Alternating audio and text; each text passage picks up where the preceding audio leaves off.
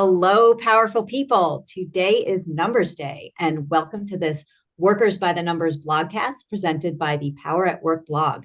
I'm Alicia Modestino, a professor of economics and public policy at Northeastern University and the executive director of Community to Community, a new initiative to promote the use of community engaged research to make social change. Today, we're going to talk about the latest jobs report, which just came out from the Bureau of Labor Statistics this morning. And joining me in analyzing the numbers is our panel of expert labor economists who analyze these numbers every month and offer their insights to advise policymakers, practitioners, and everyday workers about the labor market. So first, I have Dr. Elise Gould, who is a senior economist and director of health policy research at the Economic Policy Institute. She is the co-author of The State of Working America and has testified before the U.S. House Committee on Ways and Means. Good afternoon at this point on the East Coast, Elise. Good afternoon. And second, Dr. Rick McGahey, who is a senior fellow at the Schwartz Center for Economic Policy Analysis and the Institute on Race, Power, and Political Economy at the New School. He is the author of Unequal Cities, Overcoming America's Anti-Urban Bias to Fight Inequality. Welcome, Rick. Great to be here. Thank you both for joining us today. It is a pleasure to have you. All right, let's do the numbers, as they say. Here are the headline numbers from today's Employment Situation Report. The economy created 199,000 jobs in November, which was in line with what economists had been expecting, and also higher than October's report, which was about 150,000.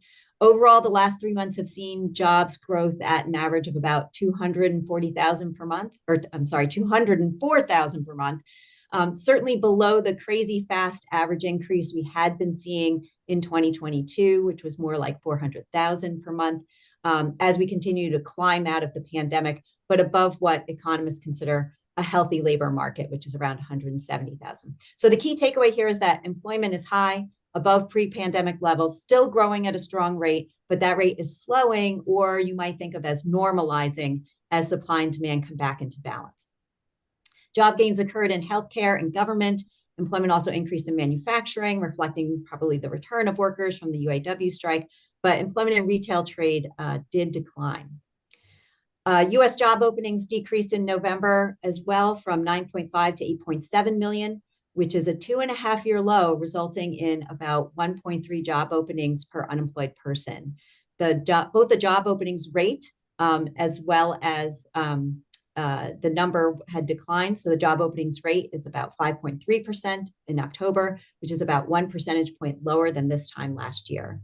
The hires and separations rate, so that's the rate at which people are getting hired into jobs and the rate at which people are leaving their jobs, have actually been fairly stable over the past 4 or 5 months. So that suggests to me that the musical chairs of the take this job and shove it economy maybe has slowed down as firms and workers have hopefully found a more stable employment relationship. If we look at the unemployment rate ticked down to 3.7% in November. Although this is higher than December of 2022, it's still near its 50-year low by historical standards. Plus, weekly jobless claims had been trending lower. The labor force participation rate was little changed at 62.8%, and that's been essentially flat since August. And lastly, average hourly earnings increased by 12 cents from November to December for an annual growth rate of 4% over the past 12 months. This annual growth rate's a little slower than the rate at which wages were growing earlier in the year. Annualized wage growth over the past 3 months is running at about 3.4%. Over the past 6 months, it was 3.9%. However, that annual growth rate is still keeping pace with inflation, which over the past 12 months was running at about 3.2% overall and 4% if we exclude food and energy prices. So gas prices were coming down compared to this time last year, but shelter was up. So although workers might be feeling like they're just treading water at this point, Wall Street will likely be happy that wage growth is running at levels that are unlikely to spark much concern at the Fed about inflation when it meets next week to decide what to do about interest rates.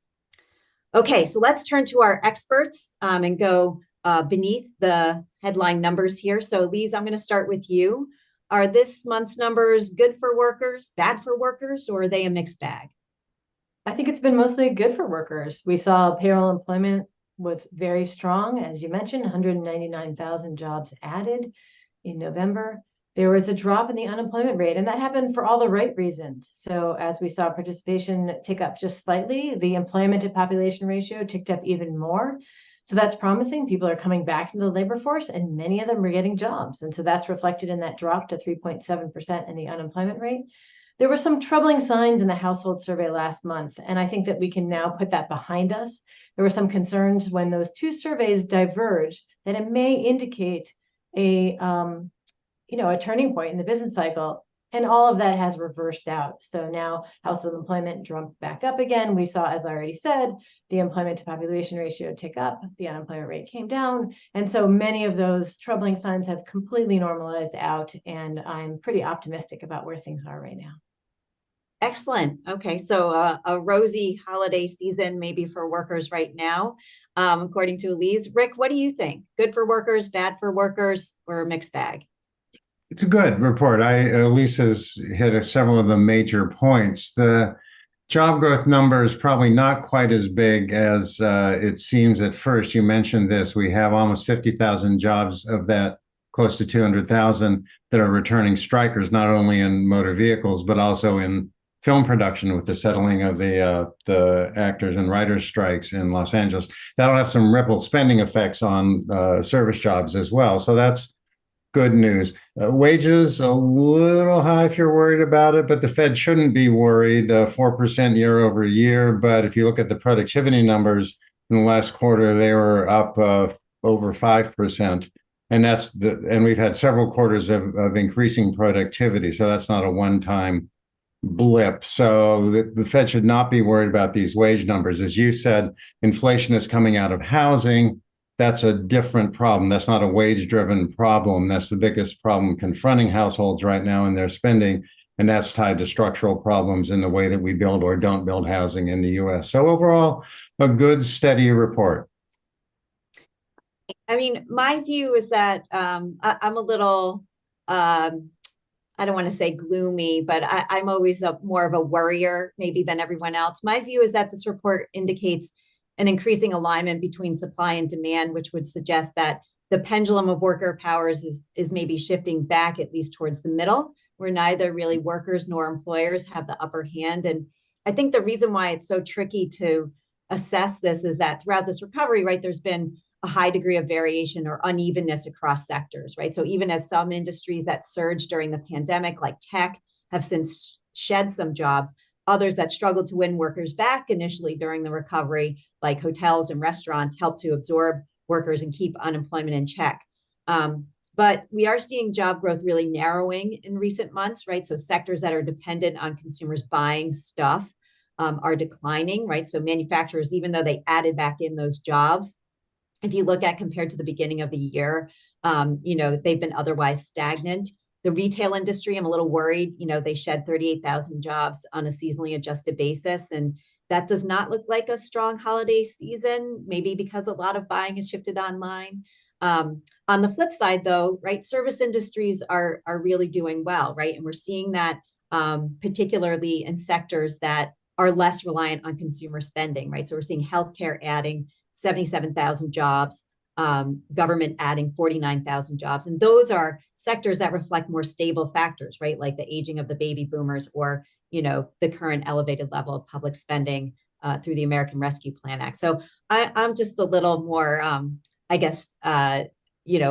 risk averse than you guys are and not quite as rosy, but I think workers are still in good shape. Okay, so let's go beneath those headline numbers a little further. There's already been a lot of chatter this morning, in various social media places. Now we've had some time to look more deeply at this report.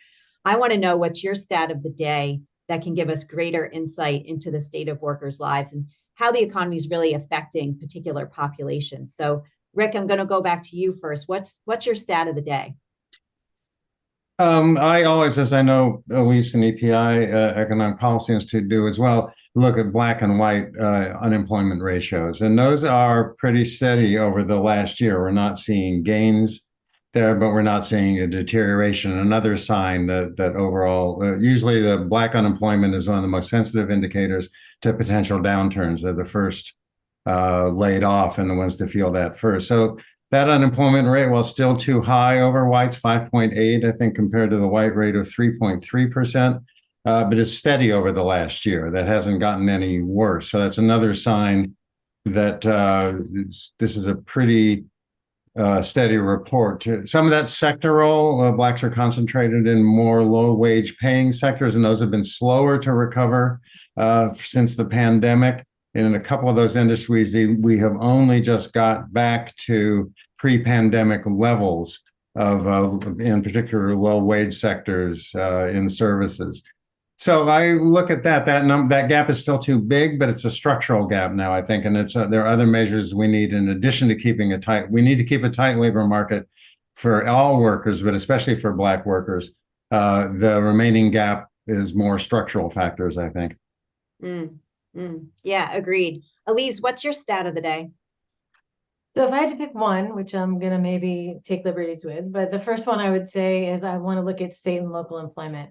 So the public sector overall did come back last month in the prior data that we had for October. So it finally exceeded its pre-pandemic level. This month, we see state and local employment coming back. That does not reflect the fact that state and local education employment is actually still down about 76,000 since before the pandemic. And also the pandemic is now began back in, we're talking about comparisons to February 2020. That's a long time. We have had population growth. We have had more children that would be in schools, right? All of those things, we need more services to be provided for the population. So that benchmark is getting a little bit outdated, but I think it's also important to note it's promising that we have now gotten back to that level. So I'm optimistic. If I was going to pick a second measure, if I'm allowed, I would talk about wage growth. As you mentioned, year over year, wage growth is 4%, has been coming down for production non-supervisory workers, decelerating as well for them. And annualized over the last 3 months, that's 3.4%. If we think about putting those numbers in context, it's consistent with that 2% inflation target and a stable labor force share. We want to actually see numbers a little bit higher to claw back some of that labor force share. And so that decelerating wage growth, some people ask me, why are you applauding nominal wage growth decelerating? Well, I think it's important to note that the Fed will be looking at that, closely determine whether there's overheating that could spur further rate hikes.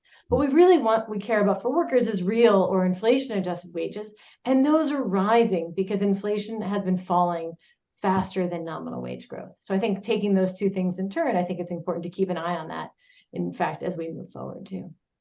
Yeah, that's a really important thing to lift up is that even as nominal wages are decelerating, right, real wages are going up because inflation is falling faster. And I know that it's been a tricky thing. I think when people hear these sort of headline statistics on inflation in the media about inflation coming down, doesn't mean price levels are coming down. It means the rate at which prices go up is slowing, which is a little bit of a confusing thing, I think, for the average consumer. But one thing that workers can measure is what can they buy with the dollars that they earn, right? And if that is going up, then workers can feel good about their paychecks. And certainly, we've also seen that prices have really come down over the last year by about 5.5% at the gas pump, and that seems to be a huge pocketbook issue that consumers really look at. So hopefully, that's being felt.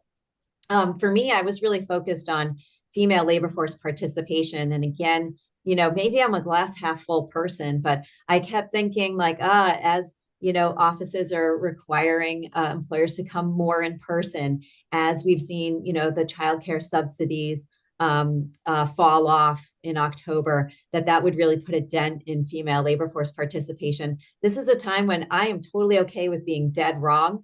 Women, if you look at labor force participation, their participation is strong. If you look compared to a year ago, it's up, 1 percentage point. So is the employment to population ratio up a percentage point. And then really a lot of that growth is coming from women 25 to 54 with kids under 5, right? So their labor force participation has increased by 1.4 percentage points compared to that pre-pandemic level. So, it's likely due to some combination of, the strength of the recovering service sector where women were overrepresented, as well as maybe these childcare subsidies and the greater availability of remote work. But looking as we're, sort of shifting back to the new normal, it's just amazing to see that those gains have held strong and look like they're here for the longer term. So I am delighted to be absolutely wrong about that. So turning now to the long-term view, how does this affect worker power? So the focus of this blogcast is really to take that longer-term view and understand what does this mean for workers over time, not just in this moment. So Elise, what's your take? Have workers been gaining or losing power in 2023 so far? What's your outlook for worker power in 2024? I think it's important to note that, as you mentioned, the job numbers, the total job numbers included those striking workers in manufacturing and entertainment industries coming back in. So that added to that 199,000 top line number. So that's important. They're coming back in after securing strong contracts. And those strong contracts also triggered increases even for non-union workers, particularly when you're looking at auto workers.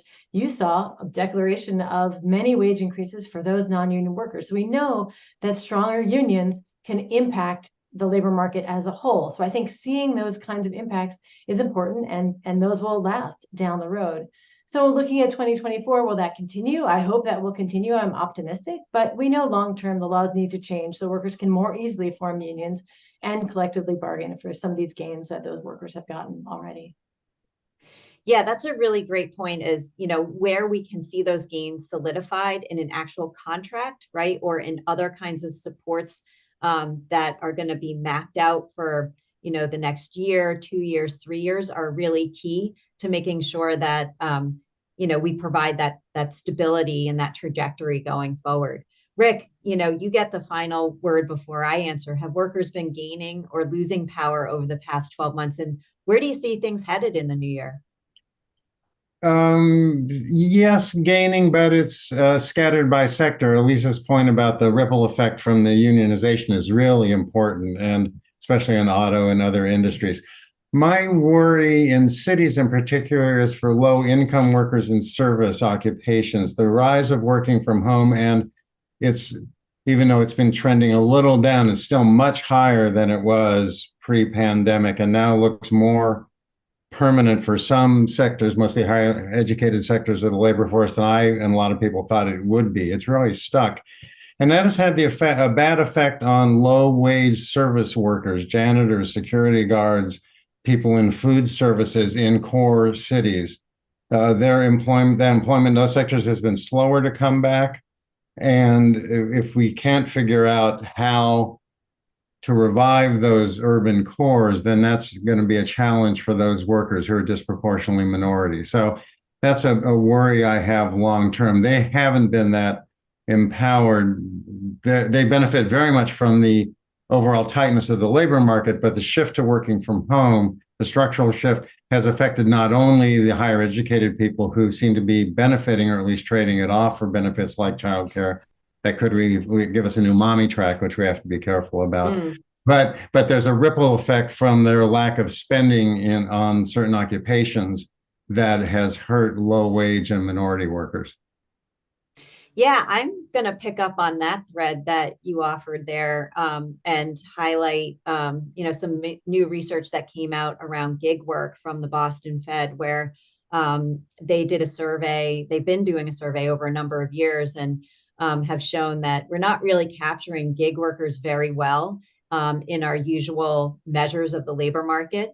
And so they estimate that anywhere from 1 to 5 percentage points, the labor force participation rate would be higher by 1 to 5 percentage points if we took into account fully who is taking on these gigs. And by gigs, though, they really mean more informal work, right? So not like Uber, TaskRabbit kind of thing. We get that, but really like, think the elderly neighbor, who is now watching children, part-time for somebody down the street. And I think that's where I worry a little bit that some of these workers that you're talking about, who are the most vulnerable and maybe, have been affected by some of these shifts in demand, are filling in, some of their income with this gig work, which is great. There's something to turn to, right? But again, it's in an informal sector as opposed to a formal job that they could count on for benefits and steady hours and pay and things like that.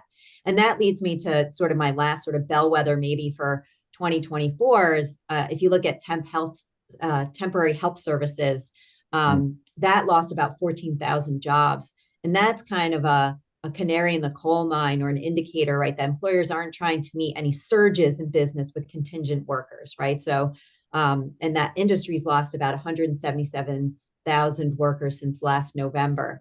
Another thing I had been looking at was even teen labor outcomes. And, even though the teen unemployment rate fell for this month, it had increased last month, which would suggest like maybe employers hadn't kept on their summer teen workers. Again, those sort of, last to be hired, first to be fired workers, not having that strong attachment to the labor market.